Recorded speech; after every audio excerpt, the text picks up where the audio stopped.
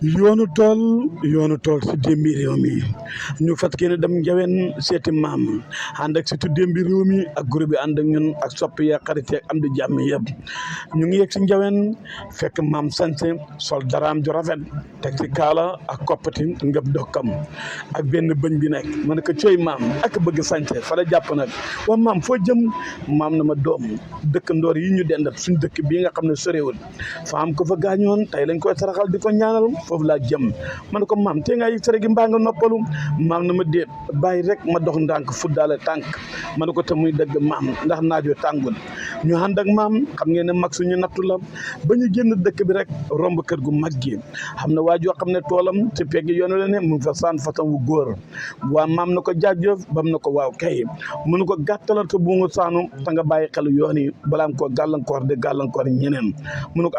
yow daal maam dangaa bëri wax xam naa fu nga commencé naax ma ne ko maam waa dégg nga kii lu mu la wax maam na ma ñoom de su mag waxee lii rek lañ lay tontu waaye bàyyi ko rek maam départ ñuy dox ay mètre xam benn saret bu jógee sa dëkk ba saretam mbaam ba mu ñëwee ba jub kër gu mag gi rek façon gàllankoor ko rek saret ba këpp xam meer bu fa daanu loxo ba damm ndeke meer boobu mooy yaay borom tool bu saanoon fasin mu am kersa lool ak mi yéegoon sa saret gam mujj yóbbu yaayam di ko faji ak xaalis bu bëri xam ngeen damm mag fay yàggam cooy maam waxoon nga ko de tere mu të bàyyil mu gis yéen ñu yore jur de santé pegg yoon da leen bàyyi xel ndax